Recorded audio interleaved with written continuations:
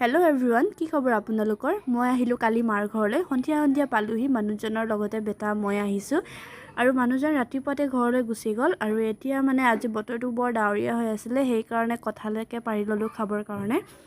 ঘৰত বহুত কঁঠাল আছে, পকা কঁঠাল আছিলে শেষ হ'ল বোলে, আৰু এতিয়া কেঁচা কঁঠালকে ধুনীয়াকৈ পাৰি মেলি এতিয়া খাব লাগিব।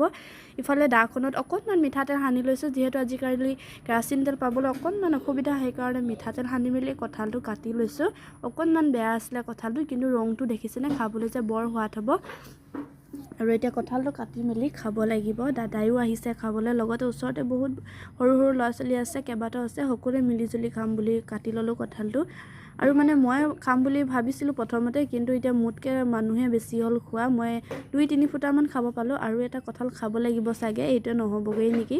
তাৰপিছতে এতিয়া দাদায়ো বহুত কঁঠাল খাই দিলে। আৰু আপোনালোকৰ মাজলৈও মই বহুত দিন হ'ল লং ভিডিঅ' আপলোড কৰিব পৰা নাছিলোঁ, আৰু আজি ঘৰলৈ আহিলোঁ যিহেতু কঁঠালৰ ভিডিঅ' এটাকে বোলো আপোনালোকৰ আগত আপলোড কৰোঁ।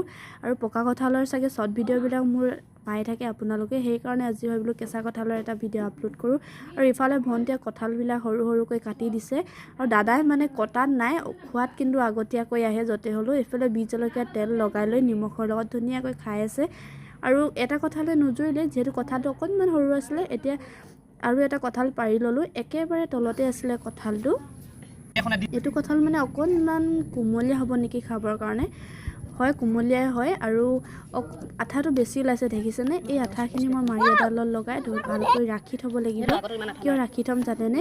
কেতিয়াবা যে সৰু ল'ৰা ছোৱালী ধূলিয়ে বালিয়ে খেলি থাকিলে অকণমান চাহি পৰে দেখেনে সৰু সৰু, সেইবিলাক মানে আঠা দি অওৱাবলৈ খুব ভাল, সেইকাৰণে মই ৰাখি থৈ দিছোঁ আঠাখিনি। আৰু এতিয়া মানে ময়ো জলকীয়া তেল লগাই, প্ৰথমটো খাব নাপালোঁৱেই কঁঠাল, এইটো কঁঠাল ধুনীয়াকৈ খাই মেলি ল'লোঁ।